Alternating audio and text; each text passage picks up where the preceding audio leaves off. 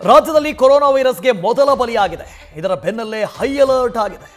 Silicon ಸಿಟಿಯಲ್ಲಿ hotspot. ಇವತ್ತಿನಿಂದ testing ಶುರುವಾಗ್ತಾ ಇದೆ. ಕೋವಿಡ್ ಕೇಸ್ ಹೆಚ್ಚಳದ ಹಿನ್ನೆಲೆಯಲ್ಲಿ ರಾಜ್ಯದಲ್ಲಿ ಇನ್ನು ಮುಂದೆ ಟೆಸ್ಟ್ ಕಡ್ಡಾಯ ಮಾಡಲಾಗಿದೆ.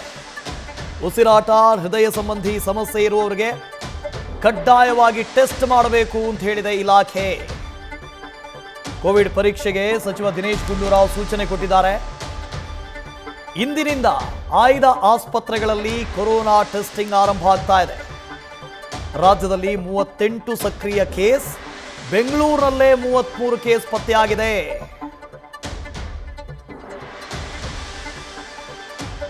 ಪ್ರಗತಿ ಇದರ ಬಗ್ಗೆ ಡೀಟೇಲ್ಸ್ ಅನ್ನು ಕೊಡ್ತಾ ಹೋಗ್ತಾರೆ. ಲೈವ್ ನಲ್ಲಿ ಜಾಯಿನ್ ಆಗ್ತಾ ಇದ್ದಾರೆ. ಪ್ರಗತಿ, ನಿನ್ನೆಷ್ಟೇ ನಾವು ಮಾತಾಡ್ತಾ ಇದ್ವಿ, ಭಯ ಬೇಡ, ಆತಂಕ ಬೇಡ, ಮುಂಜಾಗ್ರತೆ ಇರಲಿ ಅಂತ ಹೇಳ್ತಾ ಇದ್ವಿ.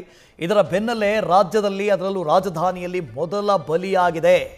ಸದ್ಯಕ್ಕೆ ಆರೋಗ್ಯ ಇಲಾಖೆ ತೆಗೆದುಕೊಂಡಿರುವ ಮುಂಜಾಗ್ರತಾ ಕ್ರಮ ಏನು, ಜೊತೆಗೆ ಕೊರೋನಾಕ್ಕೆ ಸಂಬಂಧಪಟ್ಟ ಹಾಗೆ ವಸ್ತುಸ್ಥಿತಿ ಏನು ಅಂತ.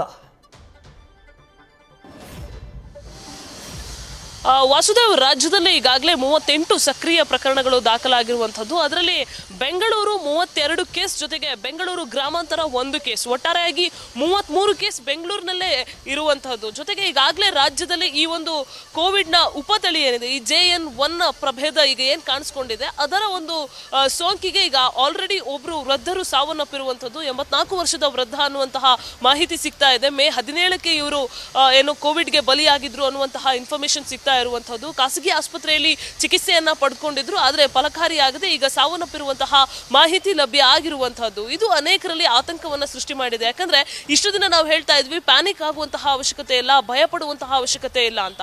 ಬಟ್ ಎಲ್ಲೋ ಒಂದು ಕಡೆ ಸಾವು ನೋವು ಸಂಭವಿಸಿದಾಗ ಬಹುತೇಕರಲ್ಲಿ ಆತಂಕ ಸೃಷ್ಟಿ ಆಗೇ ಆಗುತ್ತೆ.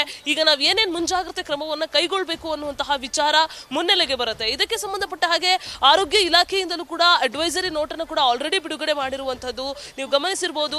ಈಗ ಆಲ್ರೆಡಿ ಹೇಳಿರೋ ಹಾಗೆ ಮಕ್ಕಳಾಗ್ಲಿ ಅಥವಾ ಗರ್ಭಿಣಿಯರಾಗ್ಲಿ ಇವರೆಲ್ಲರೂ ಕೂಡ ಜನದಟ್ಟಣೆ ಇರುವಂತಹ ಜಾಗಕ್ಕೆ ಹೋಗುವಂತಹ ಸಂದರ್ಭದಲ್ಲಿ ಮಾಸ್ಕ್ ಅನ್ನ ಧಾರಣೆಯನ್ನ ಮಾಡಬೇಕು, ಮಾಸ್ಕ್ ಅನ್ನ ಹಾಕೊಳ್ಬೇಕು. ಅಂದ್ರೆ ಕಡ್ಡಾಯ ಅಂತ ಎಲ್ಲೂ ಕೂಡ ಮಾಸ್ಕ್ ಇದುವರೆಗೂ ಮಾಡಿಲ್ಲ, ಆದ್ರೂ ಕೂಡ ಮಾಸ್ಕ್ ಅನ್ನ ಬಳಕೆ ಮಾಡೋದು ಅವರ ಆರೋಗ್ಯದ ಹಿತದೃಷ್ಟಿಯಿಂದ ಸೂಕ್ತ. ಸೊ ಹಾಗಾಗಿ ಮಾಸ್ಕ್ ಅನ್ನ ಬಳಕೆ ಮಾಡಬೇಕು.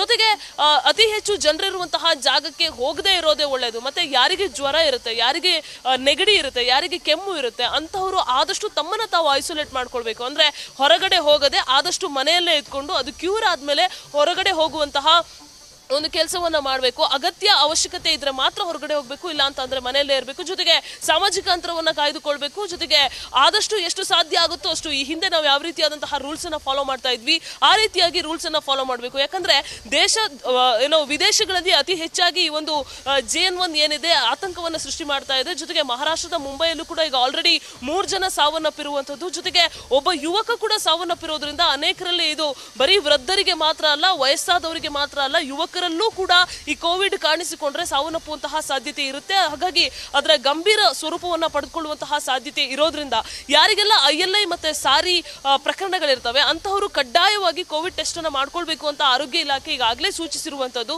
ಸೊ ಇನ್ಫ್ಲುಯೆನ್ಸಾ ಲೈಕ್ ಇಲ್ನೆಸ್ ಅಂತ ಹೇಳ್ತೀವಿ, ಜೊತೆಗೆ ಸಿವಿಯರ್ ಅಕ್ಯೂಟ್ ರೆಸ್ಪಿರೇಟರಿ ಇನ್ಫೆಕ್ಷನ್ಸ್ ಗಳ ಕೇಸಸ್ ಬಂದಾಗ ಟೆಸ್ಟ್ ಅನ್ನ ಕಡ್ಡಾಯವಾಗಿ ಮಾಡ್ಕೊಳ್ಬೇಕು ಅನ್ನುವಂತಹ ಸೂಚನೆಯನ್ನು ಕೂಡ ಈಗ ಆರೋಗ್ಯ ಇಲಾಖೆ ಕೊಟ್ಟಿರುವಂತದ್ದು. Vasudev, okay, thank you Pragathi.